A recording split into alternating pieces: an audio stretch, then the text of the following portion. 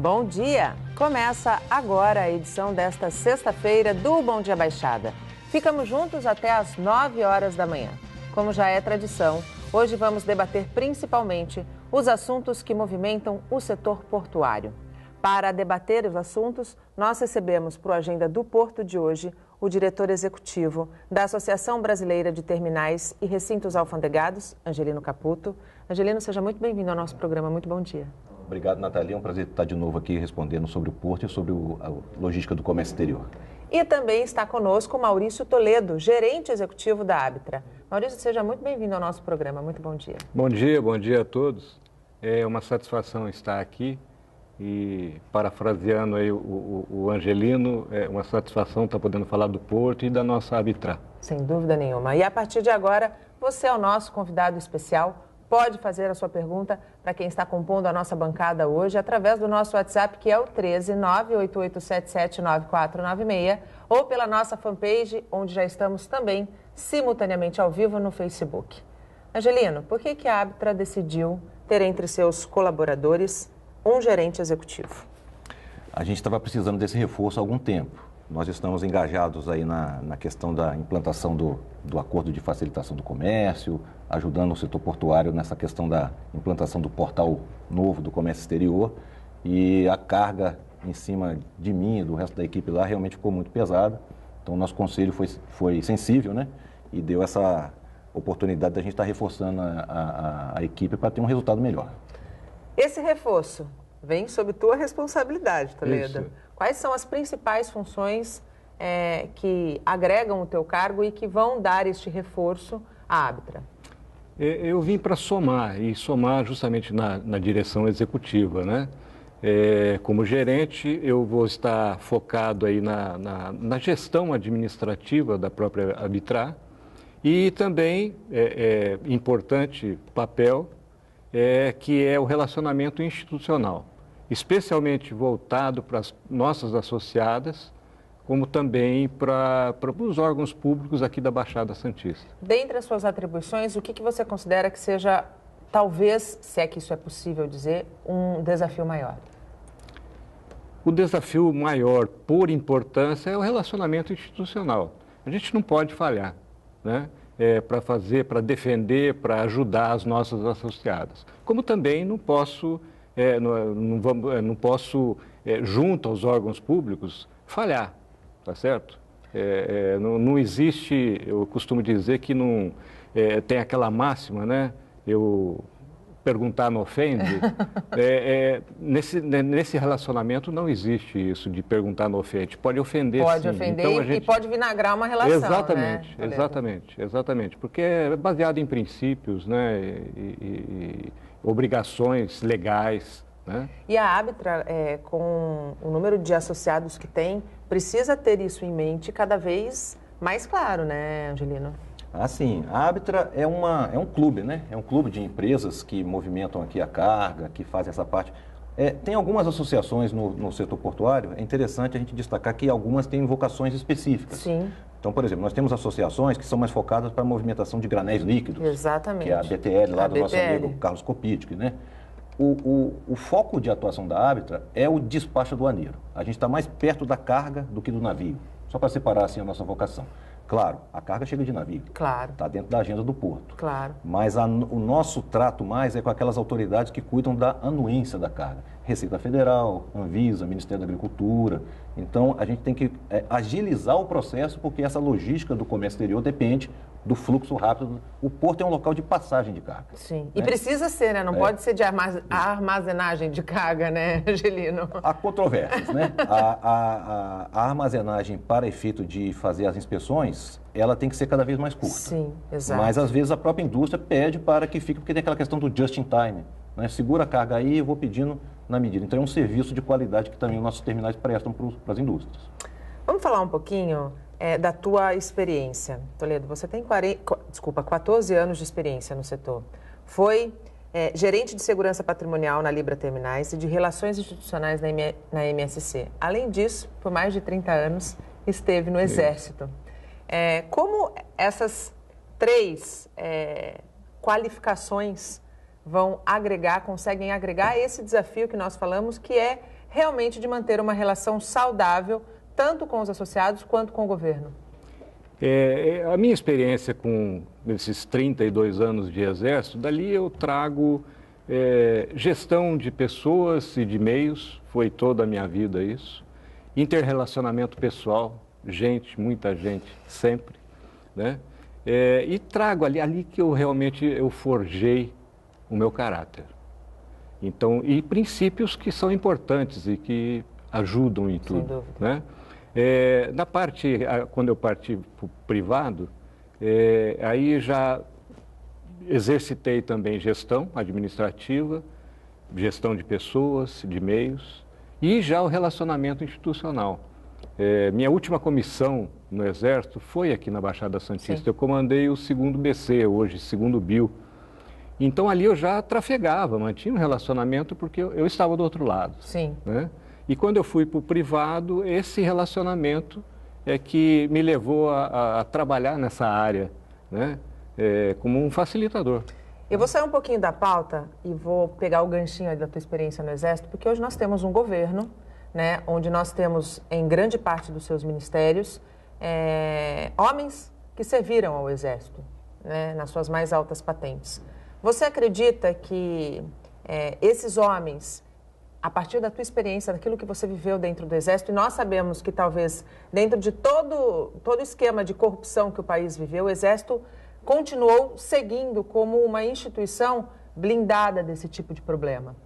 Isso é importante para quando a gente pensa na retomada do crescimento do país? Eu acho muito importante. Veja que o Exército, o tempo todo, e se você pegar até as últimas pesquisas, é a instituição que tem maior credibilidade no país, né? E justamente por princípios, eu gosto de frisar, falei desde o início, onde eu forjei meu caráter, né? Isso é importante contra a corrupção, contra tudo. Então, como um militar que tenho companheiros lá, né?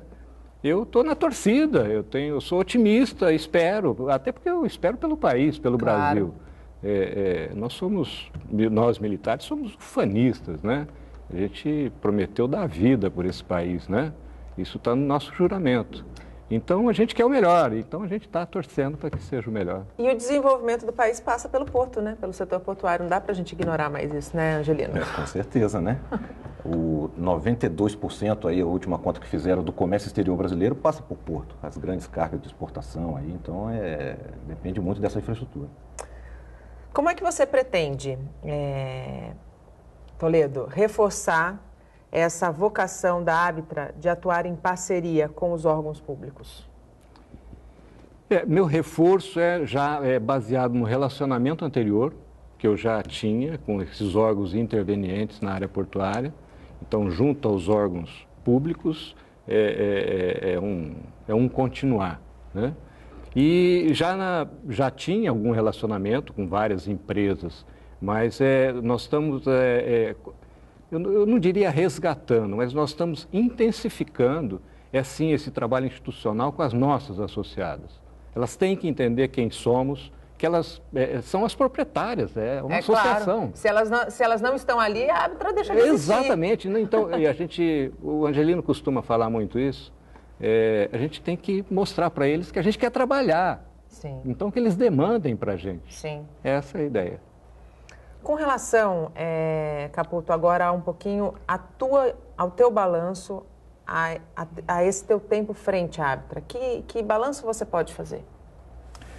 Nathalie, eu completei agora 1 ano e 4 meses. Exatamente. Parece pouco, mas parece que já estou há bastante tempo lá, né? É interessante porque a Arbitra ela é um clube de empresários, um subconjunto desse clube forma o conselho de administração, 9 empresas, né?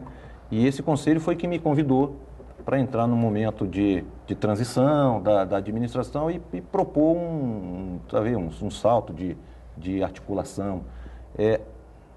Primeiro teve a crise, Sim. A diminuição da carga foi sentida por todo mundo. E depois tem muita novidade em termos desse acordo, que a gente vai falar, eu acho, mais adiante, Sim.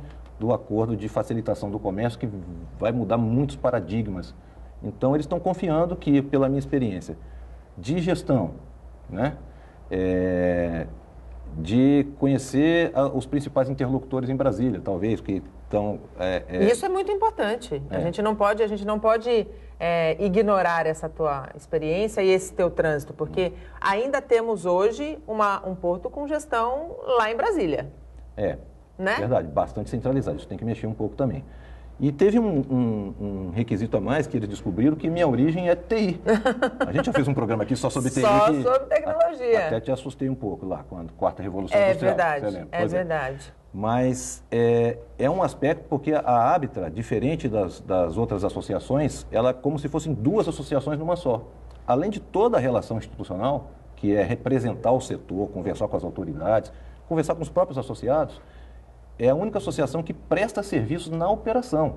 Toda a movimentação de cargas que tem aqui em Santos, quando o contêiner desce no cais e vai para um local para fazer inspeção, esse trânsito é controlado por sistemas da Habitra. Então, hoje, se a Habitra para o sistema, para essa movimentação, né? E depois desse sistema que foi o primeiro, a gente fez mais 9. Então, por exemplo, até emissão de crachá para acesso a áreas restritas. Tem uma novidade que é sensacional, que agora o próprio governo está pedindo para que os olhos virem aqui para Santos para aproveitar a experiência, que é a inspeção remota de contêiner por câmeras. Isso vai dar um ganho vai dar uma agilidade, vai dar uma segurança, né, Angelino? E reduz custo. Imagina assim, a palavra de ordem do governo é eficiência. Então, tem cada vez menos concurso público para ocupar postos de fiscais, de receita, tudo mais. Como é que vai fazer a inspeção sem perder qualidade, sem dúvida, aprendendo essa quantidade de drogas, pegando toda a parte lista, sem o fiscal ir lá? Sem perder a questão da segurança, então, né? É só substituindo por tecnologia. Sim. E a Habitra tem no DNA essas soluções tecnológicas para logística de carga, além da relação. Então, é 2 em 1 a associação. E a minha experiência de TI também ajuda a dar o direcionamento estratégico para esse lado também. Então, o pessoal, acho que me viu como um perfil, por isso que me chamaram para completar esse mandato aí. E como é que você sente, de tudo isso que você falou, o que já foi alcançado, o que já foi melhorado, o que já foi desenvolvido, que precisava de um gás maior, Angelino? Esse é um momento de transição. A Habitra tem 30 anos, esse ano está fazendo 30 anos, não é que o aniversário oficial é 25 de outubro, mas é o ano inteiro de comemoração, né? O que a Habitra fez lá em 1989, que foi esse sistema de movimentação, depois virou um exemplo nacional que foi oficializado para o Brasil inteiro em 2002. Sim. Né? A Habitra já tinha esse controle aduaneiro. Imagina que você está passando na alfândega, mas sua mala não foi vistoriada ainda. Aqui no caso a carga desceu no porto. Sim. E o próximo navio tem que encostar e descer a carga. Pô, mas a área está ocupada. Não, então tira essa carga daí. Mas espera aí, e o controle aduaneiro? Então, tem todo um sistema e um processo que controla isso para ser inspecionado em outro local, controlado pelo sistema que foi feito. Essa ideia é tão boa que, além dela ter sido ampliada no Brasil, e isso deve ter sido implementado em outros países também, hoje em dia faz parte do rol das recomendações de boas práticas mundiais da Organização Mundial do Comércio. E foi uma tecnologia que saiu daqui. Eu não sei se a tecnologia mundial saiu daqui, mas no Brasil, com certeza, Santos é o exemplo e é o precursor e que inspirou a regulamentação nacional. A gente está falando aqui de tecnologia. Você lembrou bem aquele vídeo da Revolução Industrial. Depois que eu fiz aquele programa, eu passei, te confesso, a perceber a tecnologia de uma maneira muito, muito diferente do que os meus olhos enxergavam. E a gente já está atrasado. Se a gente for parar para pensar do ponto de vista de necessidade para alcance da velocidade com que as mudanças estão acontecendo, em muitos aspectos nós ainda estamos atrasados. E quando a gente pensa em Porto de Santos, especificamente, também. Isso traz que impacto, Angelino, para quando a gente pensa em competitividade? Exatamente. A questão é competitividade e eficiência. Não tem segredo. O importador, o exportador vai atrás daquilo que for mais rápido, eficiente e mais barato. Sem dúvida. Então, o Porto de Santos, se ele tiver alguém que faça a mesma movimentação mais rápida e mais barata, ele vai embora daqui. Ele vai perder a carga. Sim. É uma corrida, é uma disputa comercial. Né? Quando você tem mais de um prestador, é a competição. O Porto de Santos ainda é o maior, o mais avançado, o mais tecnológico do Brasil. Mas se não tomar cuidado, se não fizer os projetos corretos, pode ser ultrapassado a qualquer tempo. Quando a gente fala em fazer os projetos corretos e na necessidade dessa velocidade com que as coisas sejam implementadas, hoje está sendo muito discutido a questão da descentralização ou privatização integral do porto. É um debate que a gente espera, especialmente o segmento portuário, que realmente avance, não fique apenas no discurso e no debate, né? Na opinião de vocês, e na opinião da Árbitra, o que é melhor para o nosso porto e para o setor portuário de um modo geral? Descentralização ou privatização? Nathalie, esse tema ele não tem uma resposta exata. Pensa o seguinte, nós temos no Brasil 37 portos organizados que são chamados portos públicos. Cada um tem uma realidade. Por exemplo, você tem um porto em Manaus que tem um terminal. Assim como as dimensões continentais do nosso Brasil. Né? Pensa que você tem uma autoridade para controlar um. Por que o governo não vende esse porto para que ele privatize ele de vez? Neste caso, é a melhor solução. Aqui nós temos 60 operadores. Então, é um modelo diferente. Dos 37 portos, o governo, eu acho que ele deve olhar cada característica regional, cada realidade e adotar o melhor modelo para cada caso. Fica todo mundo esperando aqui qual vai ser o modelo de gestão do setor portuário brasileiro. Não tem um modelo, tem vários. Qual é o melhor para Santos? O Santos deve ser o mais complexo, porque é o maior porto. Sim. Ele tem uma multicargas, tem granel, tem container, tem líquido, tem veículo, tudo que pensar. Tem até carga viva agora, né? Tem carga viva, tem a questão da dragagem, tem a relação porto-cidade, que é do lado, tem muita complexidade. Olhando os dois papéis que a companhia hoje que opera, que é a companhia Docas, faz, que é autoridade portuária e administração portuária, muita coisa dá para fazer ali. Por que a companhia tem que, por exemplo, recolher lixo? Sim. Isso é uma atividade que pode ser privada. Sim. Está hoje nas atribuições da companhia. Exatamente. Agora, quem é que organiza a fila dos navios? É o privado? Esse privado não vai ser tendencioso para um lado para o outro. Não é melhor a própria autoridade continuar governamental?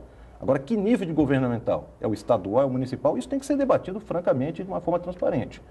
Eu não tenho um modelo pronto para sugerir, mas a gente topa participar do debate.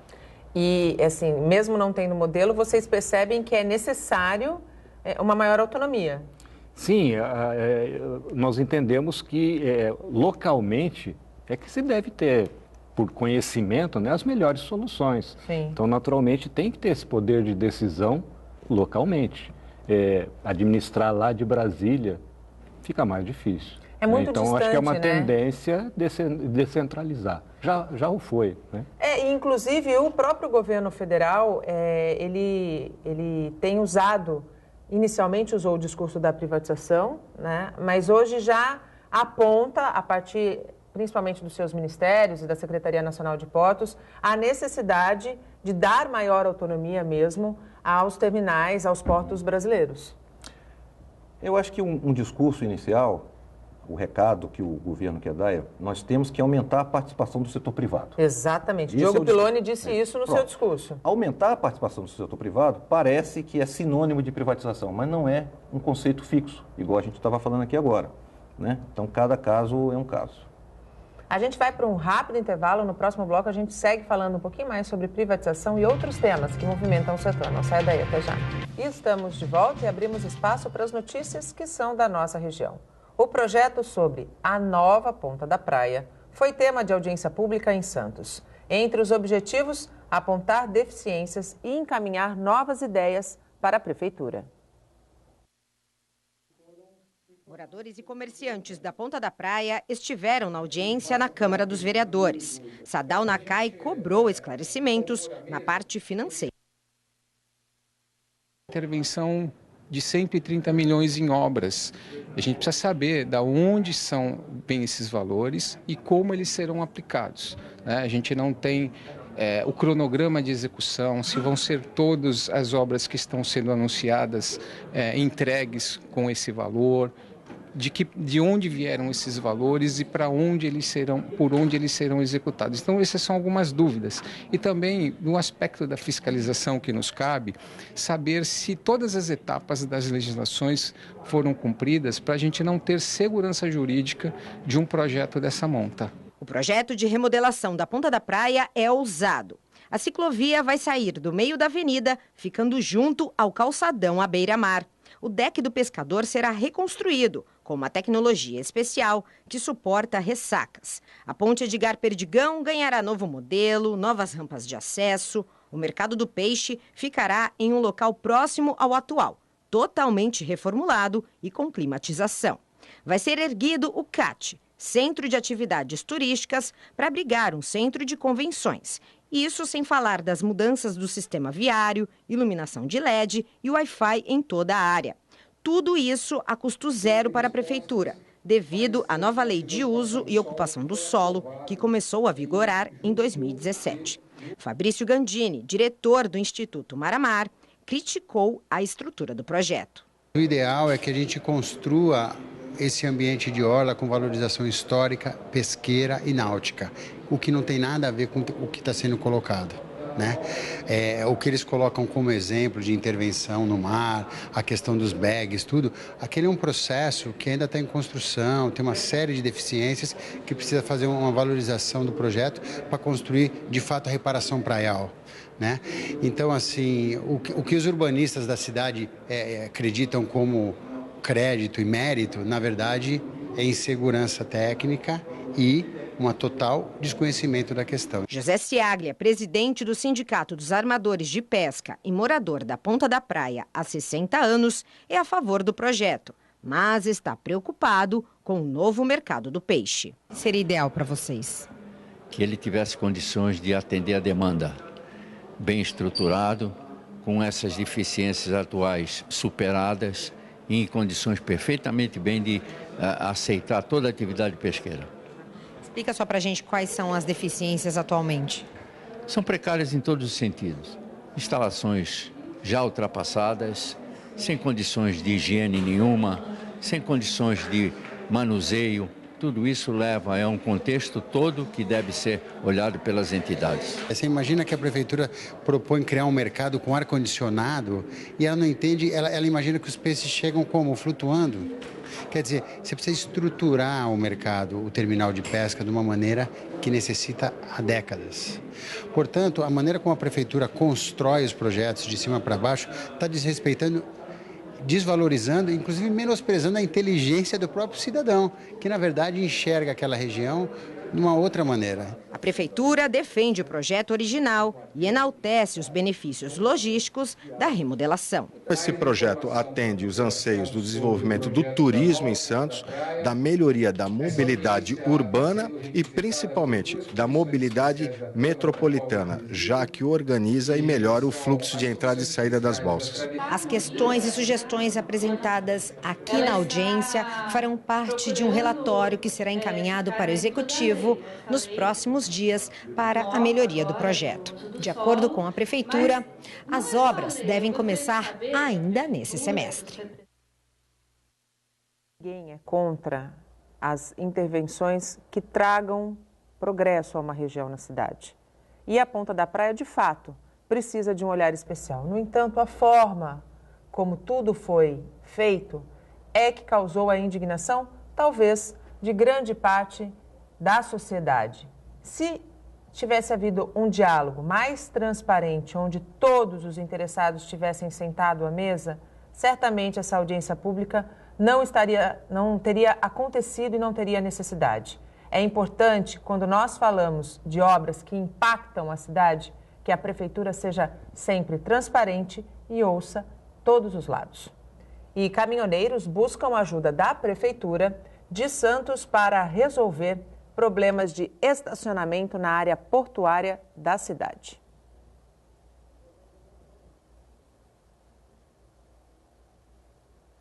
Não? Não está no ponto ainda?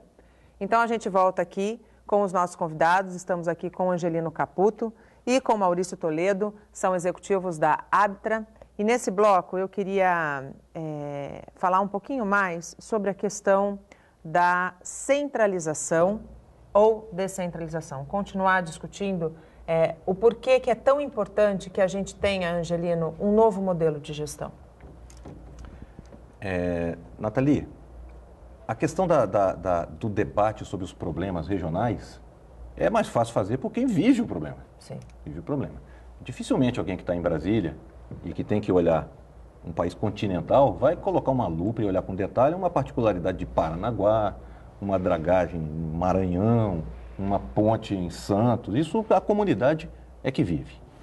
Quando uma das coisas que o pessoal fala é o tal do CAP, que é o Sim. Conselho da Autoridade Portuária. Sim. É o quê? É um fórum que envolvem os atores que estão aqui em torno do porto. E que hoje é consultivo só, né? Então, hoje mas já foi deliberativo. Já foi deliberativo, então, quando exatamente. fala assim, tem que botar o poder deliberativo no CAP, ninguém está inventando nenhuma coisa. Estão só voltando a um modelo que tinha no passado e que funcionava. Isso não quer dizer que você tirou o poder de decisão, da gestão, da autoridade que seja municipal, estadual, federal, não interessa. Mas o poder deliberativo para aquelas questões com delegação, com um nível de alçada, para aquelas questões mais práticas do dia a dia, é muito saudável. Então, este nível de descentralização é muito bem-vindo. É a aproximação de fato. Né? Não é questão de brigar por poder, é a aproximação da decisão do dia a dia da comunidade e talvez a decisão mais estratégica em outro nível ficar na mão de quem quer ter essa decisão maior. Essas coisas não são conflitantes, é ter bom senso. Como é que vocês avaliam os nomes? E agora vamos para alguns nomes, como, por exemplo, o do ministro da Infraestrutura e do secretário nacional de Portos. Nós entendemos, é importante ter presente o seguinte, desde que foram anunciados, nós não vimos nada contra. Ninguém está jogando contra, ninguém viu, apresentou alguma restrição. Aliás, são ao contrário, técnicos, né? Ao contrário, porque são técnicos, né? Pessoas que já envolvidas com esse assunto, engenheiros, assim por diante. O Diogo Piloni, inclusive, com experiência no programa de PPIs, né? De PPIs, então agora ele vai poder exercitar com maestria, né, na Secretaria Nacional de Portos. Né? Você citou, Angelino, antes eu quero saber a sua opinião a respeito desses nomes, que estão no Ministério da Infraestrutura e na Secretaria Nacional de Portos. Mas depois, você citou duas questões que são sensíveis em outros portos, mas que ainda é muito sensível aqui no nosso porto, que é a dragagem e a necessidade, por exemplo, de uma ligação seca, que foi anunciada como autorizada para que o projeto do antigo governador Márcio França seja colocado em execução lá também na entrada da cidade, onde está acontecendo uma série de remodelações. Claro. Primeiro, como é que você avalia os nomes e tua expectativa inicialmente para a questão da dragagem em 2019? Vamos lá, os nomes. Diferente de outros ministérios, que a gente vê às vezes algum debate que pode ter tendência ideológica, isso passa lá pela cultura, relação exterior. Na infraestrutura, nós temos uma baita sorte. Ninguém questionou nenhum nome de nenhum lugar. A origem do ministro Tarcísio, ele é engenheiro, ele tem a origem militar, mas ele fez Instituto Militar de Engenharia, ele é do ramo, ele coordenava o PPI lá com o Piloni na época, quer dizer, eles já trabalham juntos há algum tempo. O próprio Diogo Piloni foi da antiga Secretaria Especial de Portos, passou pelo PPI, dentro do PPI, cuidando dos projetos de portos. Sim. Era o foco dele, e agora volta para a Secretaria como primeiro gestor, nenhuma restrição. Nós ainda estamos no campo das expectativas, o governo não tem 100 dias ainda, claro. Mas a expectativa é a melhor possível. O que nós temos que fazer é apoiar e trabalhar para que as coisas deem certo. Agora vamos falar para a outra pergunta. Dragagem. Dragagem, alinhado com o que a gente falou no bloco anterior, que alguns serviços podem ser passados para a iniciativa privada. Esse é um deles. Esse é um deles. O governo, ele tem uma limitação da Lei 8666. Contratos só podem ter no máximo 5 anos. Sim. A dragagem do Porto de Santos, em particular, é uma atividade contínua. Quando as caravelas chegaram aqui, lá com o Martim Afonso de Souza, era 8 metros a profundidade. É verdade. E o ser humano quer que seja 20 metros a profundidade. O ser humano tira, a natureza devolve. É lógico. Não acaba nunca. Claro. Não acaba nunca. Como é que a gente vai fazer contratos a cada 5 anos? Se tivesse um jeito de fazer uma concessão do canal de 30, 70 anos, isso ficava contratado com maior ganho de escala, menor custo, sem interrupções. Menor insegurança, Imagina, né? você faz uma licitação, aí tudo bem. Aí faz a próxima, deu judicialização. Ô, natureza, para de jogar um pouquinho de sedimento no canal, porque a justiça ainda não decidiu. Não é assim que funciona. Então, para dar uma tranquilidade, e os contratos com os armadores, com as grandes linhas de navegação, são de longo prazo. Tem que assumir compromisso. O navio está crescendo. Então, eu posso assumir um compromisso que vai entrar um navio de 400 metros aqui, de 376? Não sei. Vai estar dragado? Quem é que sabe? E se aqui não entrar, ele vai para onde? Vai para o porto de água profunda, vai para o Concorrente, vai para o Porto Açu, vai para, sei lá, para o Suape, para a Argentina. E aí a gente está falando de sobrevivência, no setor, especificamente no Porto de Santos. Eu entendo que essas medidas, todas têm que estar, essas atividades, no setor privado. É quem tem dinamismo para isso, É quem tem fôlego, né? É fôlego, ele precisa fazer, ele faz, ele não pode perder. Uma coisa é custo e ele tem que ganhar. E já no setor público tem aquela demora, é complicado. Bem complicado. E com relação à ligação seca, Angelino, você vê com bons olhos essa obra que vai ser feita não mais na ponta da praia, onde se buscava, inclusive, o final de uma relação hoje que é bastante conflituosa entre navio e balsa, né? Mas agora na entrada da cidade. Do ponto de vista do Porto de Santos, qual é a importância dessa ligação seca? Sou super a favor. O nosso porto tem 2 margens. A carga descer para São Paulo para atravessar para o Guarujá tem que dar uma volta enorme. É enorme. Enorme. E essa ligação seca depende do enfoque. Se for pensando na população da ponta da praia, gostaria que a ponte fosse lá na entrada. Sim. Se for pensar no porto, ali é a melhor posição. Porque ali você desce da Anchieta, já atravessa. Tem que lembrar também o seguinte, tem umas coisas técnicas dessa ligação. Primeiro, caminhão não sobe muito rampa muito inclinada, tem um ângulo no máximo de 8 graus. Exatamente. O navio pode ter 100 metros de altura. Então, como é que eu faço Aí é questão de geometria, a gente aprendeu na escola, não vou, prometo que eu vou poupar o pessoal, não vou dar uma aula aqui. Mas se multiplicar o seno de 8 por não sei o quê, a rampa tem que começar lá no fim do mundo, para poder chegar na hora de o navio passar por baixo, está com 100 metros de altura. Sim. Tá? Como é que vai fazer isso lá no centro da cidade ou na ponta da praia? Então, ali você consegue fazer isso suavemente, deixar o vão para o navio passar embaixo. Você já viu a ponte que tem lá em Natal? Sim. O navio transatlântico não vai no porto. Exato. Porque fizeram uma ponte mais baixa do que a altura do navio. Imagina na Copa do Mundo a vergonha que nós passamos. O navio transatlântico parava não sei aonde, descia o pessoal na balsa, pegava um ônibus e o terminal de passageiro estava no porto, mas o navio não passa embaixo. Não pode fazer uma coisa dessa. Então, é falta de sincronismo. Mas vai dar uma agilidade no fluxo do porto muito melhor. Se o cidadão que atravessa para o Guarujá quiser usar a ponte, vai ter que dar uma voltinha e vir ali para a Lemoa, né?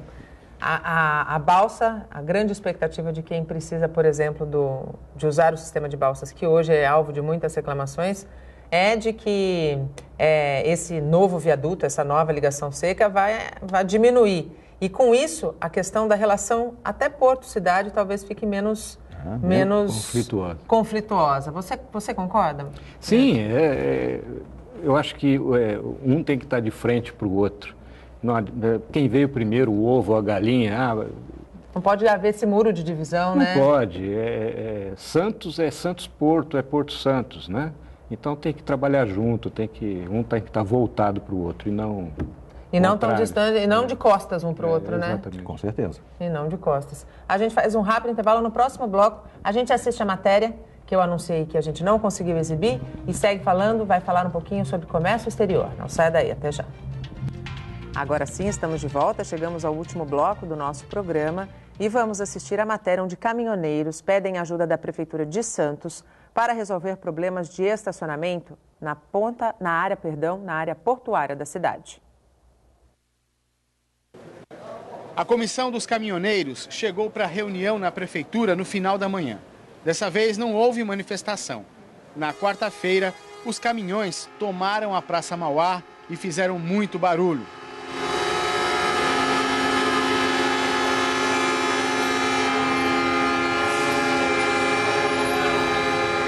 O protesto foi contra a desocupação deste terreno, que fica entre o Morro do Ilhéu e o Rio São Jorge.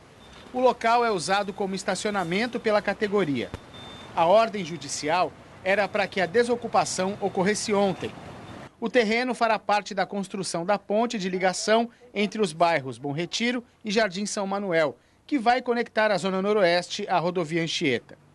Na mesa de negociações, sindicato e prefeitura tentam encontrar uma medida que resolva a falta de um lugar para estacionar os veículos. A reunião de hoje foi rápida, ainda não se chegou a uma solução definitiva. Mas foi marcada uma nova reunião que deve acontecer no final desse mês. Dessa vez envolvendo a Codesp, Prefeitura e o Sindicato dos Caminhoneiros. Para então encontrar uma nova área que sirva de estacionamento para os caminhões aqui em Santos.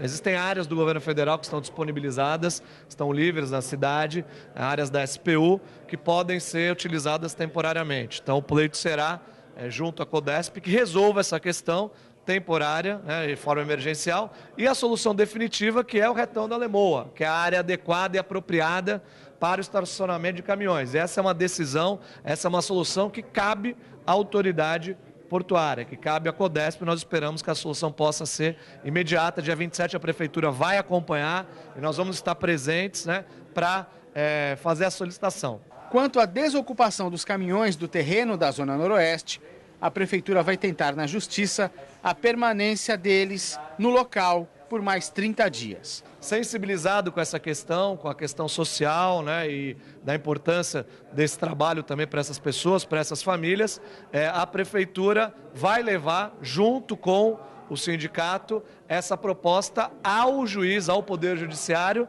que é quem decidirá se essa prorrogação de 30 dias será dada ou não. O presidente do sindicato da categoria acredita que será encontrada uma solução definitiva para o problema que ocorre há muito tempo. Na opinião da categoria, qual seria o melhor lugar, o ideal? Olha, o caminhoneiro de distância precisa estacionar o caminhão dele. Não existe local ideal. Existe um local que a gente possa estacionar os caminhões. Só que existe já um projeto de 1.000 caminhões, de alocar 1.000 caminhões, que é o do retão da Lemoa. Né? Então lá já é carimbado até inclusive para estacionamento. Então a única área que nós temos hoje que é carimbada para estacionamento no Porto de Santos é o do retão da Lemoa. Essa é a solução, no caso. De imediato seria um local para colocar esses caminhões que estão lá. E qual é o déficit de vagas hoje em Santos? Olha, eu não vou dizer que essas 1.000 vagas vai resolver o problema, vai amenizar uns 70%, 80%, com certeza. Sem dúvida nenhuma, o encontro de uma solução definitiva para este problema é de extrema importância. O setor portuário não pode ficar à mercê de uma entrada da cidade ou das entradas do porto fechadas por manifestação. Um dia sem movimentação no porto gera um prejuízo de milhões de reais, que, na ponta da cadeia, vão impactar no meu e no seu bolso. E voltamos com os nossos convidados. Hoje recebemos Angelino Caputo, ele é diretor executivo da Abtra, e Maurício Toledo, gerente executivo também da associação. Eu quero dedicar esse bloco para falar um pouquinho sobre comércio exterior. Angelino, muita gente acha muito complexo entender o comércio exterior e muitas vezes não consegue fazer a relação do comércio exterior, por exemplo, com a atividade portuária, com o que vai refletir até mesmo diretamente na vida do cidadão. Como trazer esse tema para que seja de plena compreensão, tanto daqueles que vivem do segmento, quanto para aqueles que absorvem os resultados desse segmento? O comércio exterior, Nathalie, é uma cadeia, né? Imagina assim, você vai comprar sua bolinha de Natal na lojinha aqui no centro, que foi fabricada lá na China. Como é que ela saiu da China e foi parar na lojinha? Então, essa cadeia logística que envolve um importador que descobriu a fábrica, que contratou um frete marítimo, que navegou, que foi para um agente de carga, que desceu no porto, que um operador portuário entregou para um recinto alfandegado, que foi inspecionado pelo órgão, que foi para um transportador e chegou lá na lojinha, você comprou a bolinha para sua árvore de Natal.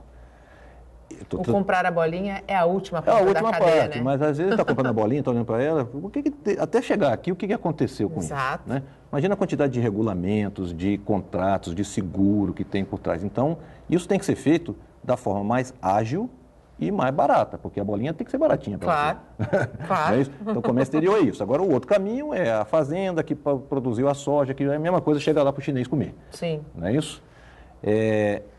O porto, ele é um elo dessa cadeia. Sim. É um local de passagem. Tem partes que estão fora do porto e tem outro, por outro lado, também.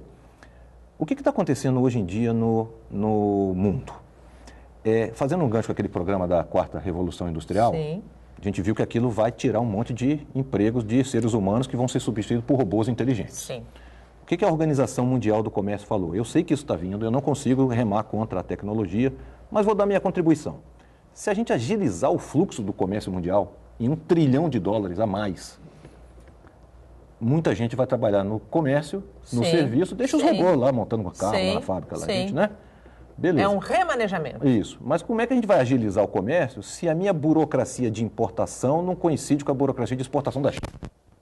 Ou a fiscalização de segurança nos Estados Unidos não coincide com a da Turquia? E é muita burocracia, né? Então a OMC é um órgão lá da ONU, sei lá, e 162 países falaram, vamos fazer um pacto.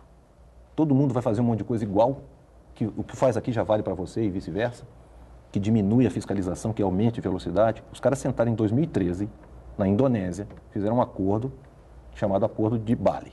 O Acordo de Bali é o apelido dele, Acordo de Facilitação do Comércio. Quando os 2/3 dos países assinassem que iam participar, entrava em vigor no mundo. Isso aconteceu em 2017. Então o acordo já está valendo. O Brasil é um dos signatários. Tem lá 47 recomendações de boas práticas. O Brasil já fazia 42. Já estávamos adiantados. Mas as 5 que não faziam eram as mais difíceis. Não, tudo bem, faz parte, mas não é só o Brasil, Estados Unidos, sim. Todo mundo. E então, estamos caminhando. Estamos num esforço. Então, toda semana, sai uma regrinha nova que é um passo a mais. Então, existe, por exemplo, um novo processo de exportação. O centro da estratégia brasileira, o centro das 5, assim, o Brasil vai fazer esse projeto em torno desse polo aqui. É o portal único do comércio exterior. Imagina, vou dar um exemplo bem bobinho. Imagina que eu tenho um circo e você tem um zoológico. Aí nós dois queremos importar um camelo. Um camelo para o meu circo, um camelo para o seu zoológico. Para quem que a gente tem que pedir autorização? É para o IBAMA? É para a Receita? Será que para o circo é diferente? A gente não sabe. Imagina, no portal único a gente vai saber. No portal eu vou pedir para o governo. Quero importar um camelo para o meu circo. Os órgãos é que pegam ali a requisição e dizem se tem que dar anuência ou não, se vai cair no canal vermelho, no verde, se é direto, se é só documento nacional, e volta para você a resposta. Pode trazer o bicho. Para importação e para exportação. Então, toda melhoria de processo, o portal único não é botar uma ferramenta nova de TI. Sim. É revisar o processo e automatizar ele num sistema. E automatizando, dando agilidade, segurança jurídica e redução de custos. Tudo. Então, você tem, por exemplo, por que você tem redução de custo? Porque a quantidade de inspeções é menor. Claro. Por quê? Todo mundo usa e abusa de gestão de risco. Sim. Inteligência artificial. Sim. Hoje em dia, a alfândega aqui em Santos posiciona para inspeção 2% dos contêineres. 98% passa no canal verde. Mas por quê? Eles têm todo um processo de inteligência que permite. A pessoa tivesse que olhar todos os 250 mil contêineres que chegam por mês aqui em Santos. Hoje o período de permanência de um navio é de quanto? O navio é rápido. Agora a carga... Antes, vou falar os números da Receita. No fluxo da exportação, o tempo médio da carga para efeito de liberação era 10 dias. 10 dias. A meta é reduzir para 7. Já está 6,37. Porque a exportação foi a primeira parte. O Brasil está trabalhando desde 2016, 2017. A exportação está adiantada. Mas a importação é muito mais complexa. O processo tem muito mais vistorias. Hoje, o tempo médio para liberar uma carga de importação no Brasil é 17 dias. Aqui em Santos é 12. Nós somos mais eficientes. A meta Mas ainda é muito, né? É muito. A meta brasileira é baixar a média nacional para 10. Então, ao revisar o processo de importação e automatizar ele no portal único, vai atingir esse número. O que, transformando essa redução de dias em dinheiro, Sim. é 8 bilhões de reais de economia para o Brasil, para o custo do Brasil por ano. Que, no fim da cadeia, impacta os consumidores. Sua bolinha de Natal vai ficar mais barata. Que bom, que é isso que nós todos esperamos. Nem todos. Nem todos. Porque alguém vai deixar de ganhar 8 bilhões. Mas aí eu acho que a gente precisa reajustar a cadeia pela igualdade. Não, então, Né? mas Vamos reajustar. Aí é isso que a Arbitrar tem feito um trabalho junto aos seus associados. Os nossos associados trabalham na cadeia logística, ganham dinheiro com o trabalho logístico em torno da importação. Claro. A armazenagem, por exemplo, é um dos que mais onera. E por que se armazena muito hoje? Porque existe ineficiência na inspeção. Isso vai mudar. Sim. Lembra da Kodak, daquele filme? Lembro. A Kodak acabou porque ficou agarrado no paradigma antigo. O que nós temos alertados os nossos associados? Não somos nós que queremos. Comece a repensar o seu negócio para, ao invés de ganhar dinheiro com armazenagem, você ganha dinheiro com velocidade. Exatamente. Esse é o novo paradigma. Então, isso é um trabalho de base se reinventar. Que o Toledo citou.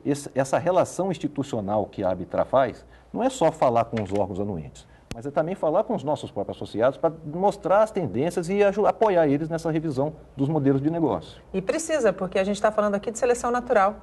Se aplicou lá atrás e vem se aplicando ao longo dos anos.